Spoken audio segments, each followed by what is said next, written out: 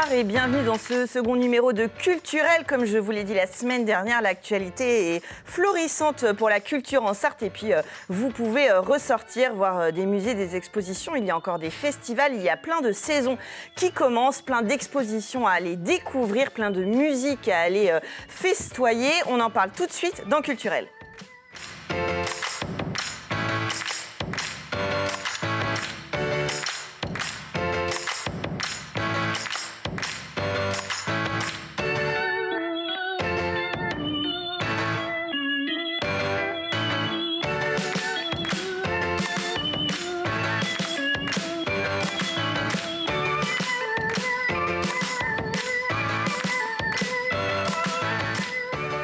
Et je suis accompagnée de deux joyeux troublions de la culture en Sarthe.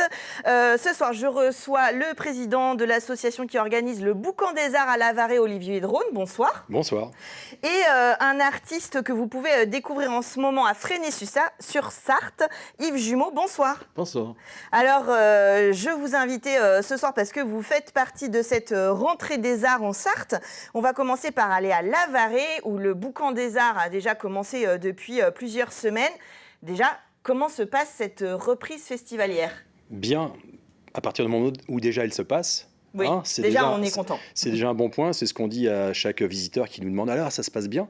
Oui, ça se passe, puisqu'on est là, on est présent. Tout comme l'an dernier, on a maintenu nos animations.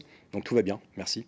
Alors, cette année, chaque année, il y a un thème qui est un fil conducteur de ce joyeux boucan, comme j'aime à dire.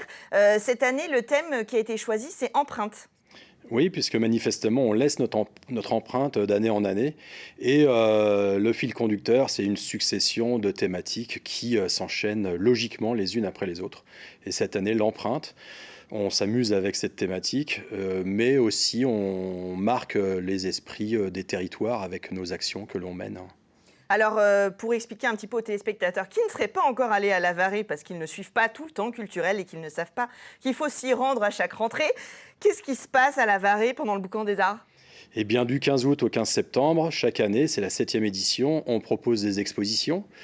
Dans notre patrimoine bâti qu'est le prieuré, l'église 11e, mais aussi dans les extérieurs, jardins, parcs, et puis le fameux passage, le sentier qui relie le bourg et la base de loisirs.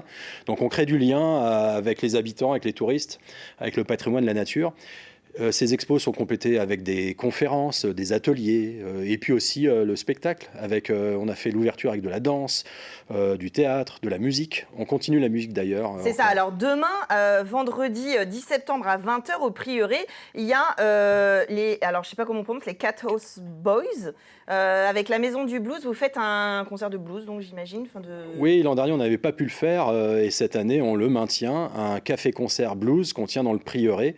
Ça plaît au public qu'on peut recevoir en petite jauge. Toutes nos manifestations sont toujours en petite jauge.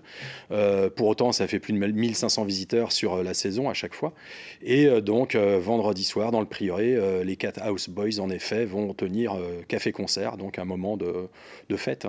Alors c'est à 20h, on peut venir, alors il faut se munir de son passe sanitaire. Ouais. C'est un concert au chapeau, on réserve, on vient un petit peu avant 20h ?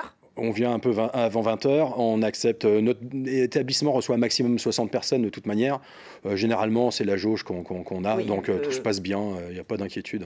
Alors, samedi et dimanche, ça continue, notamment à l'église, cette fois-ci, en fin d'après-midi ? On ouvre tous les week-ends, samedi, dimanche, 15h, 19h, et on a des animations. Donc ce week-end, pour clôturer, on accueille un auteur qui fera lecture de poésie, Michel Diaz, et qui clôturera surtout le circuit des 3 églises du Perche sartois, qui va boucler entre Dolon, Semur et terminer sur Lavarée dimanche. Et sur le coup de 17h, on aura une lecture dans l'église pour notre dernier week-end. Alors, il y a toujours des expositions aussi. Là, on parle de rendez-vous festifs, musicaux, lecture. Mais de toute façon, il y a toujours des expositions à voir dans le prieuré. Oui, les expos sont permanentes dans l'église, dans le prieuré et puis en extérieur. Donc ça, c'est valable jusqu'au 15 septembre. On a aussi les scolaires qui nous visitent cette semaine et la semaine prochaine. On accueille pour de la médiation auprès des plus jeunes. avec les différentes propositions, photos, sculptures, peintures, et puis aussi toujours le sténopé qui permet d'animer sur l'origine de la photographie. Alors, on en avait déjà parlé sur Culturel, cette expérience photographique qu'on peut vivre, que vous avez construit un sténopé grandeur nature, pas du tout, très grand, géant, pour comprendre un peu le système photographique. Et justement, en parlant de photos, il y a notamment une exposition de Laurent Dubois, un acolyte de Lavarré, qui est venu ici plusieurs fois sur le plateau, sur une exposition autour du miroir et de l'image que l'on se renvoie. Oui, et puis l'empreinte du temps sur nos personnes, nos visages, et l'image qu'on se renvoie et d'une génération à l'autre. Il confronte des visages, des portraits qu'il a fait à la bougie dans une petite cabine photo en allant vers ces sujets, et il les a regroupés par leur expression. On a vu ça d'ailleurs avec les jeunes scolaires, là. C'était un jeu formidable que de confronter le regard des jeunes, le regard des moins jeunes, et ce travail exceptionnel, hein. C'est un très grand, un bel artiste, Laurent Dubois. Et donc là, on l'a installé pour une deuxième période d'expo après Marie Libéros, qui elle faisait de la peinture. Donc on aime bien aussi faire un renouvellement de propositions pendant le festival. Donc là, c'est visible pendant 2 semaines. Et puis d'avoir plusieurs techniques d'exposer.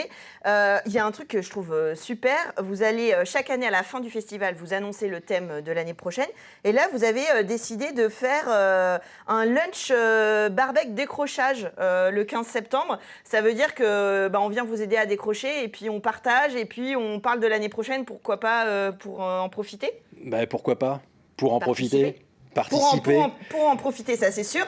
Et pour participer? Exactement, c'est tout le sens de ce que l'on fait, de vivre ensemble, partager, donner, recevoir. Donc c'est ouvert à toutes et tous.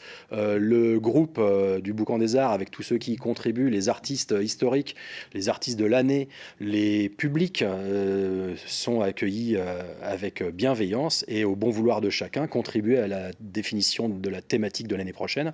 C'est d'ailleurs lancé sur le site, on a un petit jeu en ligne, un formulaire, et on met le thème qu'on peut imaginer avec l'histoire de ces thématiques d'année en année. Oui, tout à fait. On a plein d'informations avec plein de petites choses à lire, à découvrir, et beaucoup de second degré, de phrases dans les phrases sur le site du Boucan des Arts. Pourquoi pas, Yves Jumeau, vous voir un jour exposer dans ce festival et de jouer le jeu, de répondre à ces thématiques.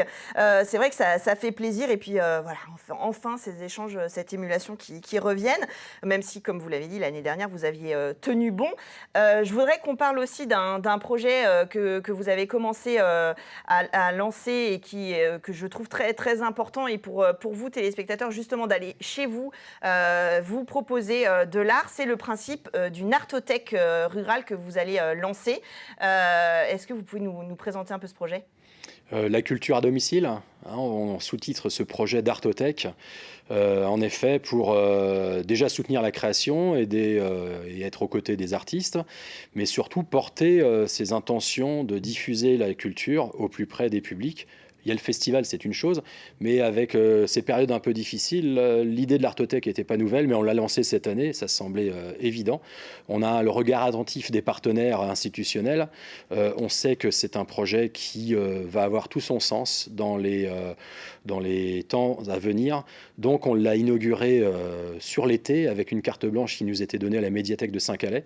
Pendant 2 mois et demi, on a exposé une dizaine d'artistes, une cinquantaine d'œuvres. Et sur cette fin de période, on va donc donner réponse aux questions qui se posent. Comment faire pour avoir une œuvre chez soi? C'est tout l'intérêt de ces médiations, de ces rencontres que l'on organise, que ça suscite l'envie du public.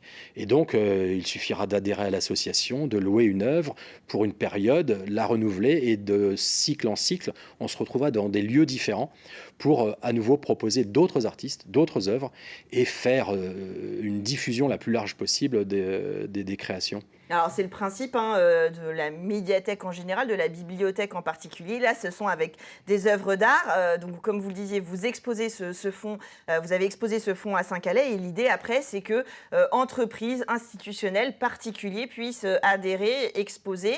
Et pourquoi pas, si vraiment le cœur leur en dit, s'ils ont un véritable coup de cœur, finir par acquérir une des œuvres d'art. Ouais, ce sera un fonds vivant, hein. On ne veut pas emmagasiner les œuvres, on veut les faire circuler. Dans le cadre des locations, c'est une chose, mais aussi l'acquérir définitivement, c'est évidemment une possibilité. Et puis, c'est un beau projet aussi pour les artistes qui rentrent chez vous et puis peut-être s'y installent définitivement. Justement, le travail des artistes et comment le public le ressent, on en parle tout de suite avec Yves Jumeau, donc avec votre exposition qu'on retrouve à Fresnay-sur-Sarthe. C'est tout de suite après la pub.